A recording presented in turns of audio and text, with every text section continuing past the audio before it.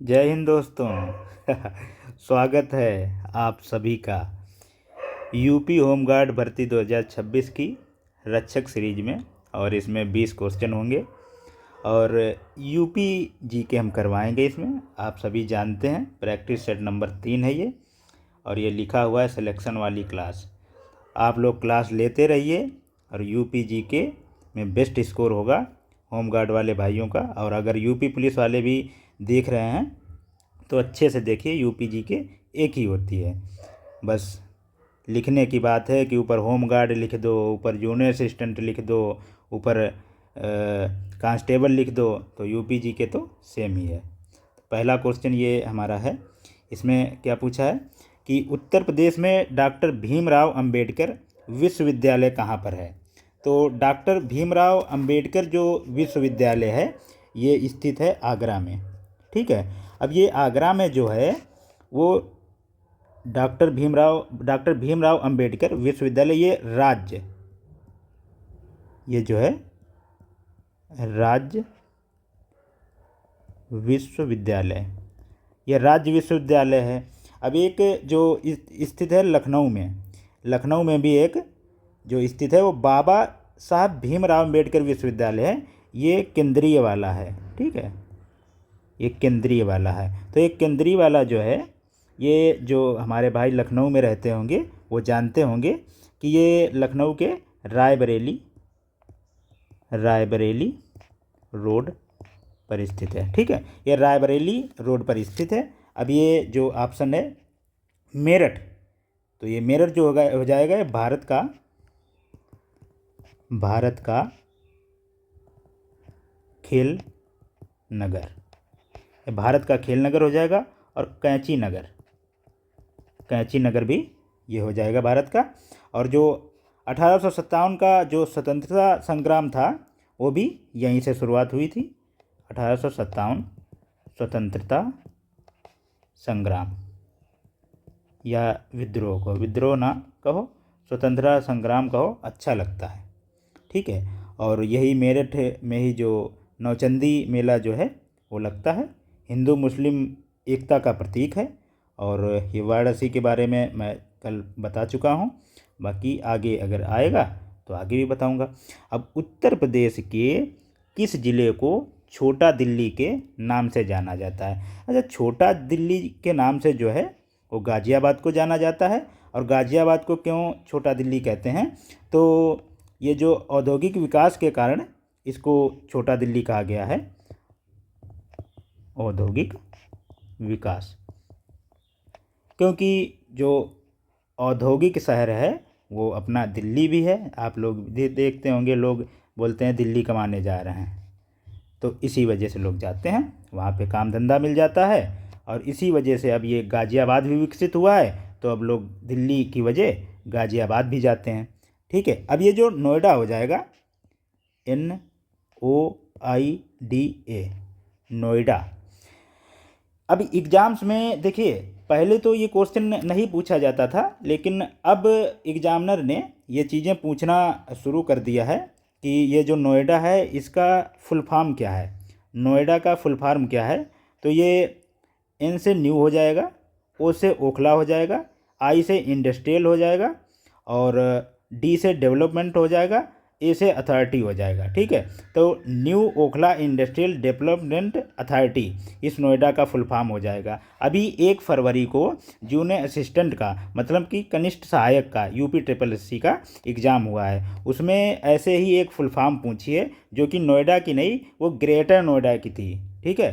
तो इसको आप लोग देख के चलिए और ग्रेटर नोएडा वाली कमेंट में बताइएगा कि उसकी फुल फॉर्म क्या होती है। अब आ जाएंगे कि जो नोएडा में है यहीं पे फिल्म सिटी भी है यूपी की। ठीक है, यूपी की जो फिल्म सिटी है वो यहीं पे है। और जेवर एयरपोर्ट यहीं पे बन रहा है। हालांकि बहुत दिन से सुन रहे हैं, बन ही रहा है अभी तक। और सरकार ने, यूपी सरकार ने जो एजेंसी जो बनवा रही है उसको, जेवर एयरपोर्ट को, उस पर जुर्माना भी लगाया था। ठीक है, क्योंकि ये लोग बनाने में देर कर रहे हैं। अब ये आ जाएगा एक बुलंदशहर। तो बुलंदशहर जो है यहाँ पे जो यूपी का एकमात्र परमाणु बिजली घर जो है वो यहीं पे स्थित है। परमाणु बिजली घर यहीं पे स्थित है। अच्छा, ये जो बुलंदशहर है ये किस नदी के किनारे है? तो ये गंगा के किनारे है, गंगा के किनारे। ठीक है, तो ये गंगा के किनारे हो जाएगा। अब आते हैं 3 नंबर क्वेश्चन पे। उत्तर प्रदेश का एकमात्र शास्त्रीय नृत्य कौन सा है? मतलब इसको कहते हैं इंग्लिश में क्लासिकल डांस। अब शास्त्रीय नृत्य जो ये पता ही होगा कि कथक है। अब ये जो कथक शब्द है ये कथा से बना है, कथा से कथक शब्द बना है।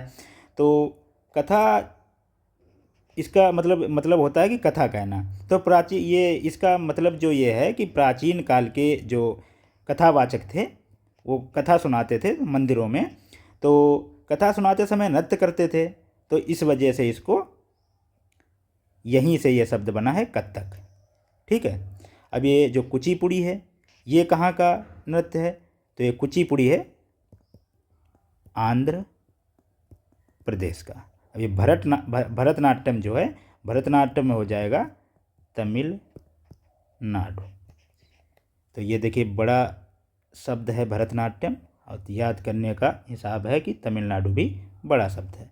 अब ये कथकली जो है ये केरल, ये सभी को याद रहता है कथकली केरल वाला। ठीक है। अब आएंगे हम लोग क्वेश्चन नंबर 4 पे। उत्तर प्रदेश में नवाबगंज पक्षी अभयारण्य किस जिले में स्थित है? तो नवाबगंज जो पक्षी अभयारण्य है वो उन्नाव में स्थित है। अच्छा, इसका जो नाम अब नवाबगंज पक्षी भी अभयारण्य नहीं रहा है, इसका जो नाम चेंज कर दिया गया है। ठीक है, तो इसका वर्तमान नाम जो है वो शहीद चंद्रशेखर आज़ाद पक्षी अभयारण्य, इसका वर्तमान नाम जो है वो शहीद चंद्रशेखर आज़ाद पक्षी अभयारण्य है। अब इसकी जो नवाबगंज पक्षी अभयारण्य की जो इसकी स्थापना जो हुई थी वो 1984 में हुई थी। ठीक है। अच्छा, इसे जो रामसर साइट में जो शामिल किया गया है, रामसर साइट में इसको शामिल किया गया है 2019 में। ठीक है। तो अब इसके बाद आ जाते हैं हम लोग कानपुर पे। तो यहाँ पे कानपुर में जेके मंदिर है। अब आप लोग कमेंट में बताइएगा ये किस प्रकार की ईंटों से बना हुआ है। जेके टेम्पल जो है किस प्रकार की ईंटों का बना हुआ है। और कानपुर में ही अशफाक उल्ला खां प्राणी उद्यान है। जो अशफाक उल्ला खां प्राणी उद्यान है वो कानपुर में है। और ये रायबरेली में जो ये समसपुर पक्षी अभयारण्य है, ये रायबरेली में हो जाएगा। और प्रतापनगर तो इधर ही साइड है। और ये प्रतापगढ़ जो है इसमें डॉक्टर भीमराव अंबेडकर पक्षी अभयारण्य है। और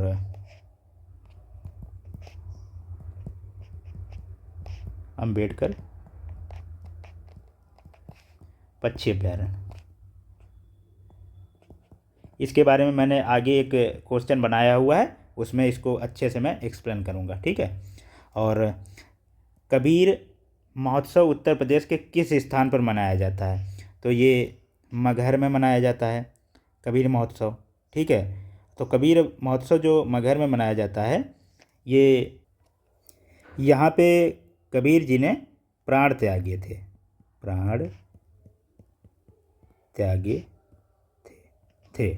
ठीक है। और उन्हीं की याद में ये कबीर महोत्सव मनाया जाता है। और अब आ जाएंगे अयोध्या जो है वो सरयू नदी के किनारे। अभी 2 फरवरी वाले एग्ज़ाम में ये पूछा है कि अयोध्या जो है वो किस नदी के किनारे स्थित है। तो ये सरयू नदी के किनारे है। और यहीं पे सभी को पता है कि राम मंदिर है, राम मंदिर। अच्छा, अब राम मंदिर यहाँ पे है, तो इससे संबंधित जो एक क्वेश्चन याद आया वो ये है कि राम मंदिर जो है वो नागर शैली में बना है। ठीक है। और आप लोगों से ये क्वेश्चन है कि राम मंदिर की जो नींव है वो कब रखी गई है, ये आप लोग मुझे बताएंगे कमेंट में। उत्तर प्रदेश के किस जिले में लाल मिट्टी मुख्य रूप से पाई जाती है? अच्छा देखिए, पाई तो जाती होगी दूसरे जिले में भी, लेकिन जो मुख्य रूप से जो मिट्टी पाई जाती है वो किस जिले में पाई जाती है? तो ये हो जाएगा मिर्ज़ापुर और झांसी में पाई जाती है। अच्छा, ये जो लाल मिट्टी होती है ये के लिए दालों के लिए जो बेस्ट है ये लाल मिट्टी रहती है। और अब आ जाते हैं 7 नंबर क्वेश्चन पे। उत्तर प्रदेश में हिंदू मुस्लिम एकता का प्रतीक सुलह कुल उत्सव कहाँ मनाया जाता है? तो सुलह कुल उत्सव जो है वो आगरा में मनाते हैं।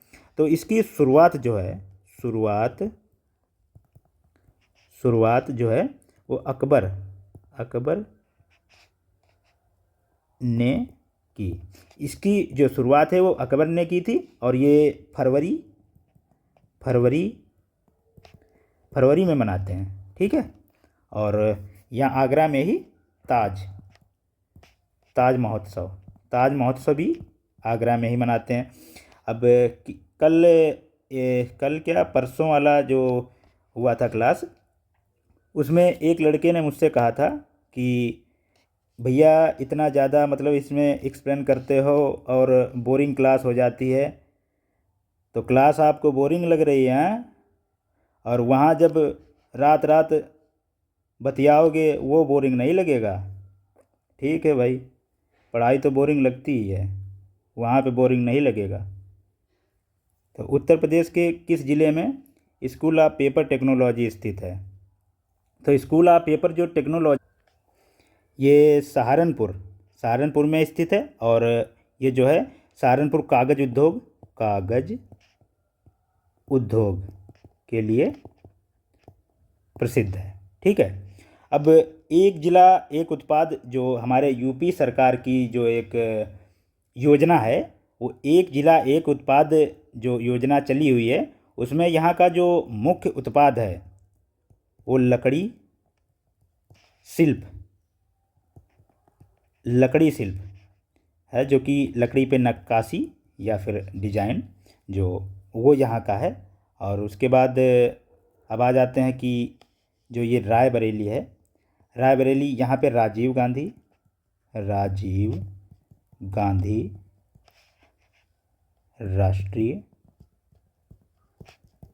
विमानन विद्यालय स्थित है। ठीक है। अब ये जो राजीव गांधी राष्ट्रीय विमानन विद्यालय है, ये जो देश का पहला विमानन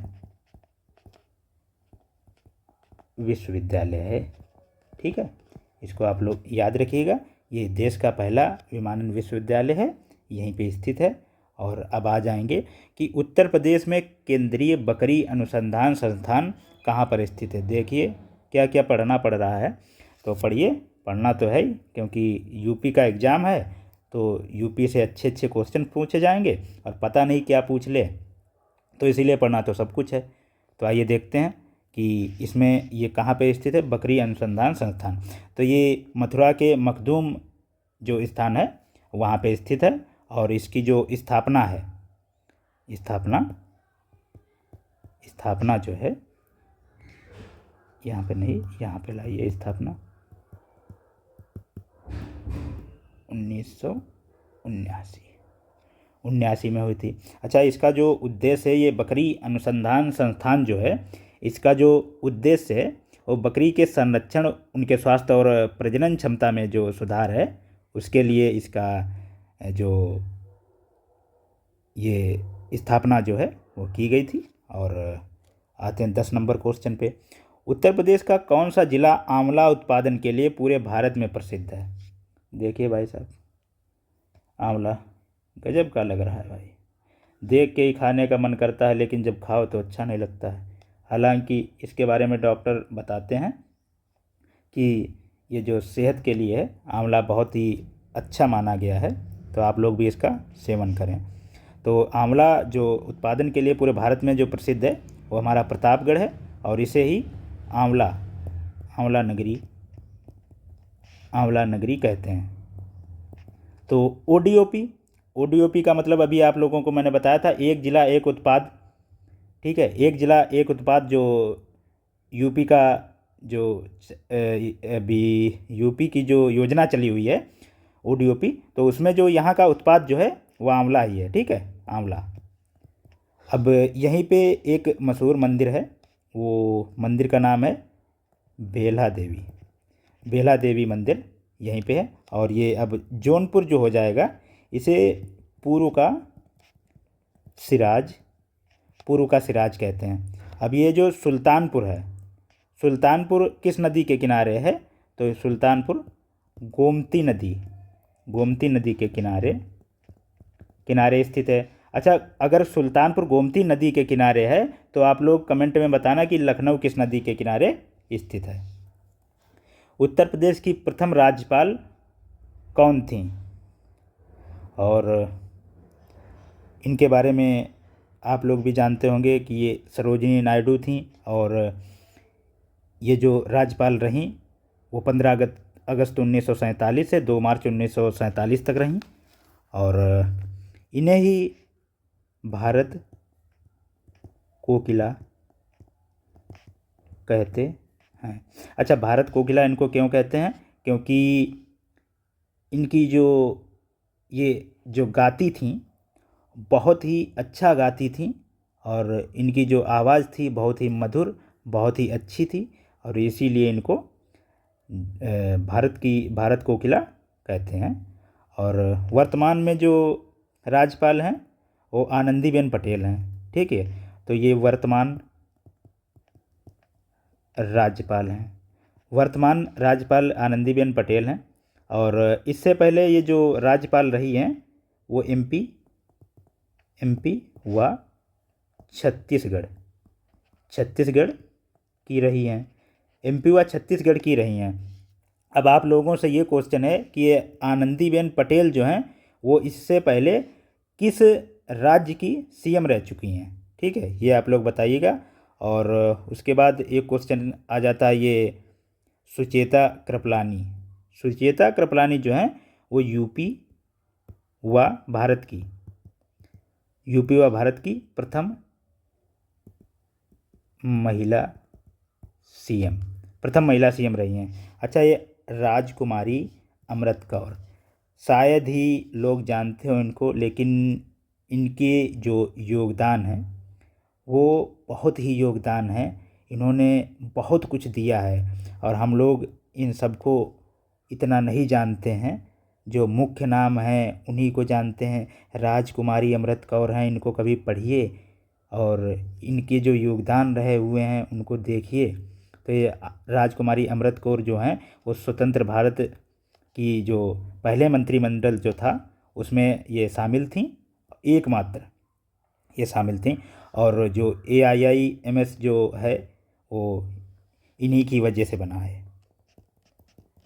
जो AIIM आप लोग बोलते हैं जो, वो इन्हीं की वजह से बने हैं। और इन्होंने जो अपनी संपत्ति है वो पूरी संपत्ति अपनी दान कर दी थी इसी के लिए। ठीक है, इन्होंने इसके लिए बहुत कोशिश की, और इनके बारे में कभी टाइम निकाल के आप लोग पढ़िएगा, देखिएगा। उत्तर प्रदेश में नॉलेज पार्क कहाँ पर स्थित है? तो उत्तर प्रदेश में जो नॉलेज पार्क है वो ग्रेटर नोएडा में स्थित है। और नॉलेज पार्क क्यों कहते हैं? क्योंकि यहाँ पे आप जानते हैं, और अच्छे अच्छे से कॉलेज भी हैं और शिक्षा का केंद्र है। आल्हा उत्तर प्रदेश के किस क्षेत्र का प्रसिद्ध लोकगीत है? तो आल्हा जो है वो बुंदेलखंड हो जाएगा। बुंदेलखंड में कौन क्षेत्र? महोबा, झांसी, ललितपुर, हमीरपुर। ठीक है। अच्छा, ये आल्हा जो है मुख्य रूप से वर्षा के कारण गाया जाता है, नहीं तो हम लोग भी सुने हुए हैं, और आल्हा खूब सुने हुए। अब तो वो सब लुप्त सी हो गई हैं ये सब चीज़ें, और नहीं करवाता है कोई, नहीं होता है कुछ ये सब। और आला जो है, वो आला की जो रचना है, की रचना कवि जगनिक, कवि जगनिक ने की। ठीक है, ये आप लोग याद रखिएगा। और अब 14 नंबर क्वेश्चन पे आने से पहले ये भी देख लीजिए कि अवध जो है, यहाँ सोहर गाया जाता है। सोहर तो सभी को पता होगा कि जो संतान के जन्म पर होता है। बहुत से टीचर्स जो हैं, हमारे गुरुजी लोग हैं, वो लोग जब ये अवध वाला बताते हैं और सोहर जो बताते हैं, तब कहते हैं कि जब पुत्र होता है तब होता है। तो आप लोगों से रिक्वेस्ट है, पुत्र ना कहिए, संतान कहिए, संतान के जन्म पे कहिए, पुत्र के जन्म पे नहीं। उत्तर प्रदेश के किस स्थान पर भारतीय पशु चिकित्सा अनुसंधान संस्थान IVRI स्थित है? तो ये स्थित जो है वो बरेली इज्जत नगर में स्थित है। अब देखिए, इसका जो इंटरेस्टिंग जो पॉइंट है, बड़ा ही मतलब सुनने में वैसा लगेगा कि इसकी जो स्थापना कहाँ हुई इसकी? 1889 में। 1889 में इसकी स्थापना जो है पुणे महाराष्ट्र में हुई। पुणे महाराष्ट्र में स्थापना हुई, और ये स्थित कहाँ है? बरेली इज्जत नगर में। तो ऐसा क्यों? क्योंकि वहाँ स्थापना जो हुई थी, उसके बाद में इसको स्थानांतरित कर दिया गया। ठीक है, तो यहाँ पे अब इसको बरेली में कर दिया गया है। और उसके बाद आ जाएंगे, बरेली को सुरमा नगरी कहते हैं, सुरमा नगरी कहते हैं। और उसके बाद में आप लोग ने सुना होगा कि झुमका गिरा रे। हालांकि पता नहीं झुमका गिरा या नहीं गिरा, उसकी तो कोई बात नहीं है, लेकिन यहाँ के प्रशासन ने और शासन ने बरेली में एक झुमका ज़रूर लगवाया है और स्थापित किया है वहाँ पे। आप लोगों ने भी फ़ोटो में देखा होगा। ठीक है, अब आ जाएंगे 15 नंबर क्वेश्चन पे। प्रसिद्ध देवा शरीफ का मेला उत्तर प्रदेश के किस ज़िले में लगता है? तो देवा शरीफ का जो मेला है वो हमारे बाराबंकी में लगता है। और ये क्यों लगता है? ये सूफी संत हाजी वारिस अली शाह की दरगाह पर लगता है। ठीक है, और इसमें हिंदू और मुस्लिम दोनों धर्मों के लोग जाते हैं। और ये जो मेला है वो अक्टूबर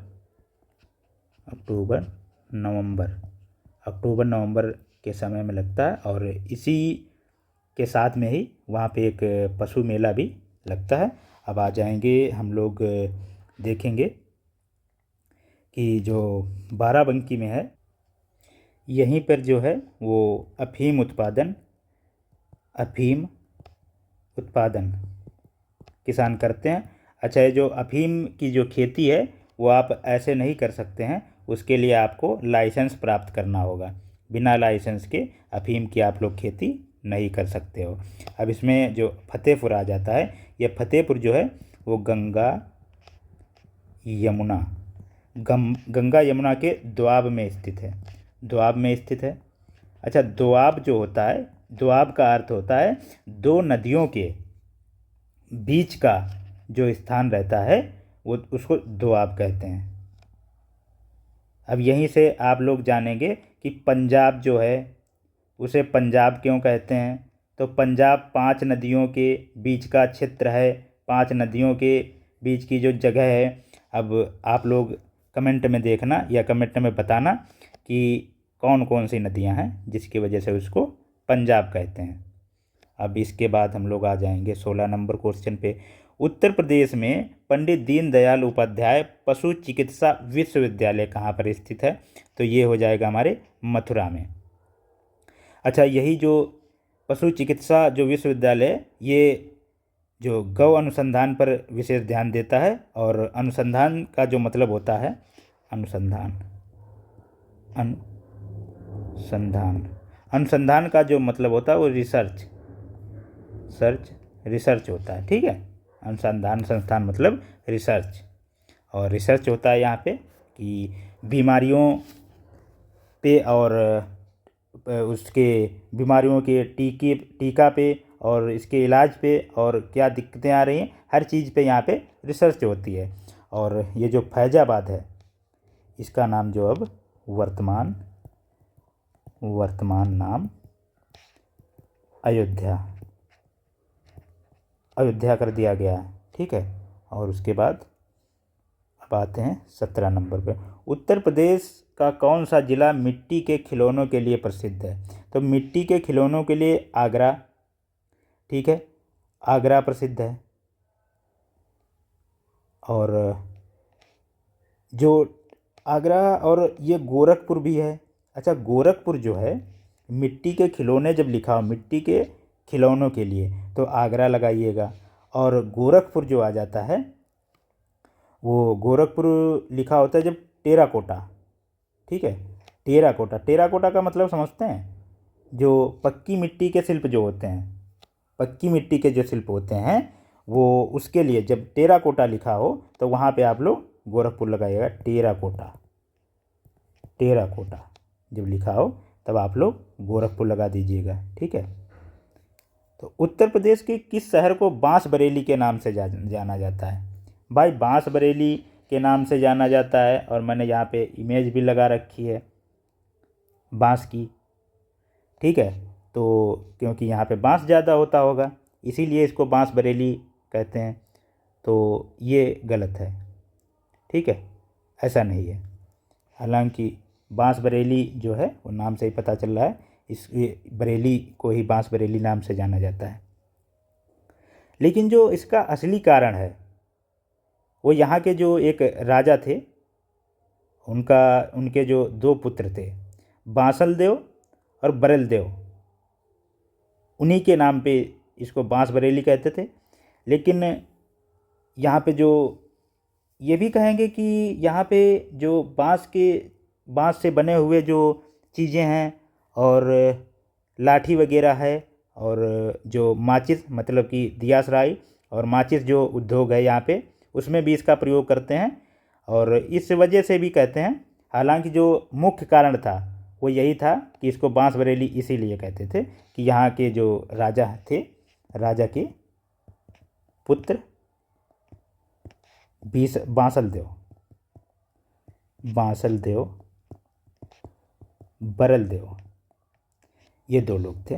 बाकी इसके बाद जो आ जाते हैं हम लोग 19 नंबर क्वेश्चन पे। राष्ट्रीय चंबल वन्य जीव अभयारण्य उत्तर प्रदेश के किस जिले में स्थित है? भाई साहब, चंबल को कौन नहीं जानता है? चंबल के शेर मशहूर हैं भाई। ये शेर नहीं, वो हमारे जो पुराने जो लोग हुए हैं और इसी वजह से चंबल भी मशहूर हुआ है।